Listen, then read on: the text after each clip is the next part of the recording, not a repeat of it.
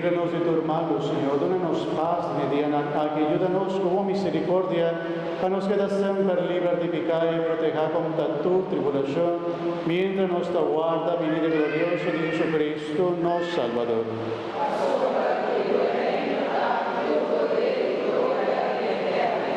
Señor Jesucristo, vos avisa, vos apóstol, mitad laga, vos paz, mitad una voz.